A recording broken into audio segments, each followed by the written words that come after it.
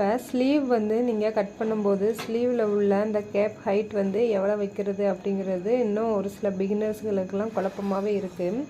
அதுக்கு ஒரு தெளிவான பதிவாக இந்த வீடியோ இருக்குதுன்னு நினைக்கிறேன். அதாவது உங்களுடைய ஸ்லீவுடைய ஹைட்டு, மொத்த ஹைட்டு எவ்வளவோ அதை எடுத்துக்கோங்க. இப்போ நம்ம மொத்த ஹைட் வந்து இந்த ப்ளவுஸில் வந்து நான் 7 இன்ச் வச்சுருக்கேன். இந்த 7 இன்ச்னா அதனுடைய இந்த கேப் ஹைட் வந்து 3.5 இன்ச் வச்சுக்கோங்க. அதாவது சரிக்கு சமமாக பிரிச்சுக்கோங்க. 7 இன்ச்சு மொத்த ஹைட்னா 3.5 இன்ச் வரும். நம்ம 1/2 இன்ச்சு ஷோல்டர் தையலுக்கும் இந்த 1/2 இன்ச் வந்து நம்ம கை ஜாயின் பண்ணும்போது எல்லாமே நமக்கு ஒரே அளவாக வரும்போது 1/2 இன்ச் வந்து அதுக்கு வந்து நமக்கு தையலுக்கு போயிடும். அப்படிங்கும்போது நமக்கு தச்சு முடிக்கும்போது ஃபினிஷிங் வந்து கரெக்டாக 3.5 இன்ச்சுங்கும்போது நமக்கு 3 இன்ச் வந்து நமக்கு கிடைக்கும்.